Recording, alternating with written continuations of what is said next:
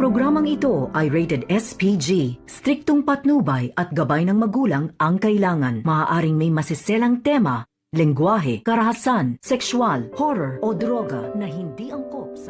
Pinagsisilosan ka ni Carlos eh. Hindi natural lang na matakot si Lynette na baka yun ang pagsimula ng gulo nila ni Carlos. Ipinagtataka nga dito ni RJ na kung bakit hindi sinasagot ni Lynette ang kanyang tawag. At dito naman na sinabi ni Doc Ray Meneses kay RJ na baka nakablock na nga itong si RJ dito sa cellphone ni Lynette.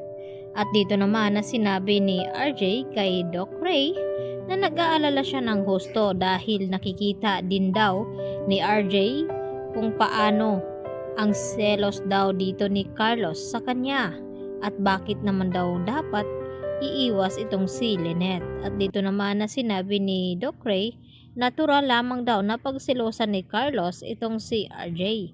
At yun nga ang ikinakatakot ni Lynette na baka yun pa ang magiging dahilan na mag-aaway sila. At dapat daw sinabi naman ni RJ kay Ray na magtiwala daw itong si Carlos sa kanyang asawa. At yun na nga ay hindi nila hawak itong si Carlos Benitez na kung ano daw ang gawin dito kay Lynette.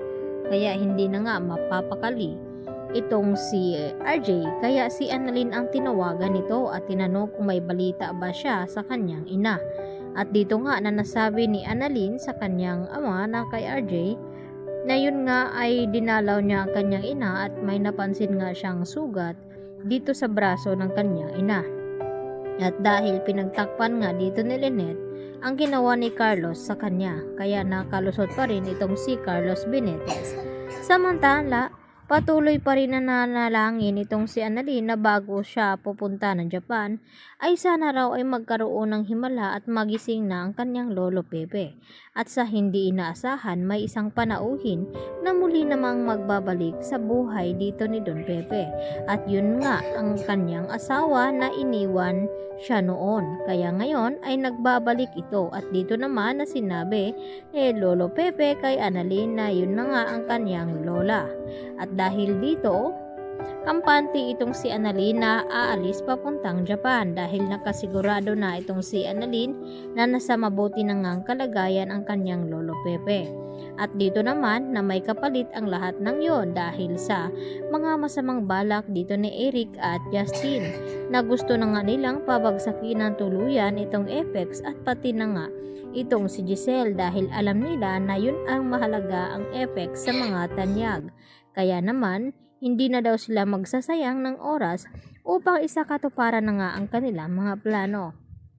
At dahil sa hindi inaasahan na magkakamalay na nga itong si Don Pepe at magising, hindi na nga siguro matutuloy pa ang mga binabalak dito ni Eric at ganun din kay Justin dahil pumayag nga itong si Justin na magtrabaho sa Apex dahil sa pakiusap nga ni Lolo Pepe sa kanya at hindi para kay Giselle.